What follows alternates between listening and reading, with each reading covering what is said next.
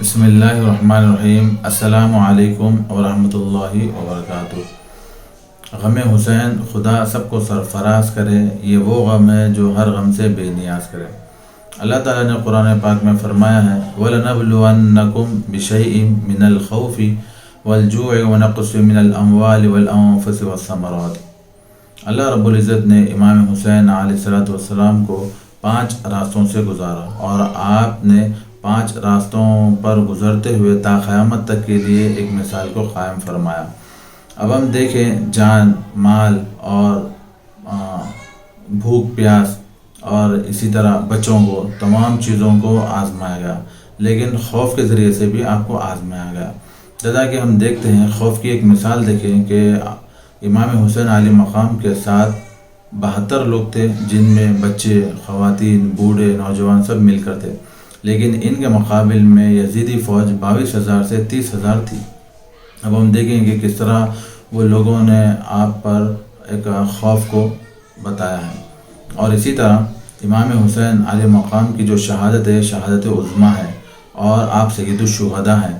اور شہادت کی 2 قسمیں ہیں، ایک شہادت حقیقی اور ایک شہادت حکمی۔ اور اسی طرح امام حسین علیہ مقام کو اس بات کی اطلاع ہو چکی تھی کہ حضرت معاویہ رضی اللہ عنہ کا وصال ہو چکا ہے۔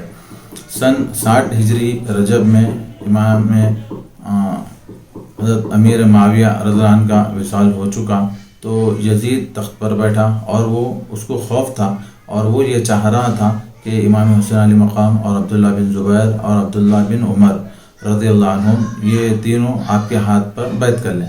لیکن یہ عبداللہ بن زبیر اور امام حسین علیہ مقام مسجد نبوی میں تشریف فرما تھے، اور وہاں کا مدینہ شریف کا گورنر آپ کو یاد کیا، تو عبداللہ بن زبیر اور امام حسین علیہ مقام نہیں گئے۔ اس کے بعد پھر وہاں پر بہت زیادہ آپ پر سختی داخل کی گئی، آپ کے ساتھ جو ہے بہت سخت معاملہ کیا گیا۔ تو عبداللہ بن زبیر رضی اللہ عنہ مکہ مکرمہ کو چلے گئے۔ اس کے بعد پھر امام حسین علیہ مقام مدینے کو چھوڑ کر جانا نہیں چاہتے تھے، لیکن یہ حالات کی وجہ سے آپ مکے کو جانے کا ارادہ کیے، آپ کے افراد خاندان کو لے کر۔ اس کے بعد پھر آپ روضۃ الرسول محمد رسول اللہ صلی اللہ علیہ وسلم کی بارگاہ میں حاضر ہوئے، نوافل کا پڑھے، اور پھر اس کے بعد آپ بہت زیادہ روئے، کیونکہ وہاں پر آپ کے نانا جان حضور اکرم صلی اللہ علیہ وسلم، اور پھر آپ کی والدہ ماجدہ، ذکیہ، راضیہ، مرضیہ، اور اسی طرح امام حسین آپ کے جو بھائی تھے وہ سب وہاں پر مدفون تھے، وہ چھوڑ کر جانا نہیں چاہ رہے تھے۔ بہرحال پھر وہاں سے وہ نکلے، مکہ مکرمہ پہنچے۔ مکہ مکرمہ کے لوگوں کو اس بات کی اطلاع ہوئی کہ امام حسین علیہ مقام تشریف لا رہے ہیں، تو وہ جوق در جوق وہاں پر آپ کے زیارت کے لیے تشریف لائے باہر، اور پھر آپ سے ملاقات کیے۔ پھر وہاں پر آپ اطمینان سے رہے، اور جب کعبۃ اللہ میں آپ داخل ہوئے تو وہاں پر آپ نے یہ آیت پڑھی وَلَمَّا تَوَجَّهَ تِلْقَاءَ مَدْيَنَ قَالَ عَسَىٰ رَبِّي أَن يَهْدِيَنِي سَوَاءَ السَّبِيلِ۔ اس کے بعد پھر محمد بن حنفیہ نے آپ سے ایک بات ذکر کی کہ دیکھیے، میں آپ کا چاہنے والا ہوں، اور میں یہ چاہتا ہوں کہ آپ کوفہ نہ جائیں، کیونکہ کوفہ والے بہت بے وفا ہوتے ہیں۔ آپ کے والد محترم حضرت علی رضی اللہ عنہ اور آپ کے بڑے بھائی امام حسن کو وہ لوگ شہید کیے۔ اس کے بعد وہاں سے کوفہ سے خطوط آنے لگے۔ اس کے بعد حالات ایسے بنے کہ پھر آپ نے جانے کا ارادہ کیا، 72 لوگ تیار ہوئے جانے کے لیے۔ اس کے بعد پھر آپ کوفہ پہنچے۔ وہاں پہنچنے کے بعد 7-8 کو آپ وہاں پر خیمہ رکھے۔ اس کے بعد پھر 9 کا دن جو آیا تو وہاں سے تکلیفیں آپ کو دینا شروع کیے۔ 9 کے دن دوپہر میں رسول مقبول صلی اللہ علیہ وسلم امام حسین علیہ مقام کے خواب میں تشریف لائے، اور یہ فرمائے کہ دیکھو حسین، تمہارے کو جلد جلد ہمارے سے ملنا ہے۔ اس کے بعد پھر رات میں بہت زیادہ وہ لوگ ستانے لگے، تو آپ نے یزیدی فوج سے یہ کہا کہ ہمیں ایک رات دے دو، ہم عبادت کرنا چاہ رہے ہیں۔ اس کے بعد پھر آپ کے 72 لوگ پورے عبادت میں مصروف رہ گئے، اور عبادت، ذکر اذکار، تسبیحات، قرآن کی تلاوت کیے۔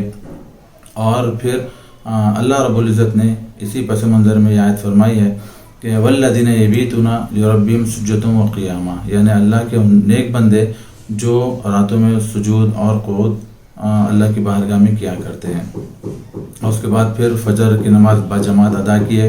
اس کے بعد پھر حالات بہت زیادہ خراب ہو گئے، ایک تکلیف دینے والی باتیں وہ شروع کیے۔ اس کے بعد بی بی زینب دیکھتے ہیں کہ خیمے کے باہر بہت زیادہ شور شرابہ ہوا، اور اس کے بعد لوگ جمع ہونے لگے۔ پھر دیکھتے ہی دیکھتے علی اکبر، علی اصغر اور پھر علی اوسط کو شہید کر دیا گیا۔ اس کے بعد امام حسین علی مقام یہ سمجھ گئے کہ پھر اب یہ معاملہ یہاں پر ختم ہونے والا نہیں ہے، بلکہ میری شہادت ہونے والی ہے۔ آپ نے حضور اکرم صلی اللہ علیہ وسلم کا امامہ بانے اور اپنے والد محترم حضرت علی رضی اللہ عنہ کی تلوار لیے اور پیٹ پر پٹا باندھ کر اس کے بعد پھر آپ فوج میں داخل ہو گئے۔ دیکھتے ہی دیکھتے پھر یزیدی فوج نے آپ کو شہید کر دیا۔ انا للہ و انا الیہ راجعون۔ یہ معاملہ بہت طویل ہے یہ قصہ، اور یہ ایسا ہے کہ انسان جتنا بھی اس کو یاد کیا کرے اور جتنا بھی اگر اس کو پڑھے تو اس کی آنکھ سے آنسو بھی بہتے ہیں اور دل بھی روتا ہے۔ پھر اسی طرح حدیث شریف ہے، حضور اکرم صلی اللہ علیہ وسلم نے فرمایا کہ میرے اہل بیت کی مثال نوح کی کشتی کی طرح ہے، یعنی جو اس میں سوار ہو گیا وہ کامیاب ہوگا۔ یزیدی فوج نے یہ سمجھا کہ امام حسین کو ختم کر دو، وہ نوح کی کشتی جو اہل بیت ہے وہ ختم ہو جائے گی، لیکن وہ بات کو سمجھے نہیں۔ سرکار دو عالم صلی اللہ علیہ وسلم یہ فرما رہے تھے کہ یہ محبت کی کشتی ہے، میری اہل بیت محبت کی کشتی ہے، جو ان کشتی میں یعنی محبت میں اپنے دلوں میں رکھے گا بس وہ دنیا میں اور آخرت میں کامیاب ہوگا۔ اللہ رب العزت سے دعا ہے کہ اللہ ہمارے ان باتوں کو قبول و مقبول فرمائے اور امام حسین عالی مقام کا دیدار نصیب عطا فرمائے۔ جزاک اللہ۔ السلام علیکم ورحمۃ اللہ وبرکاتہ۔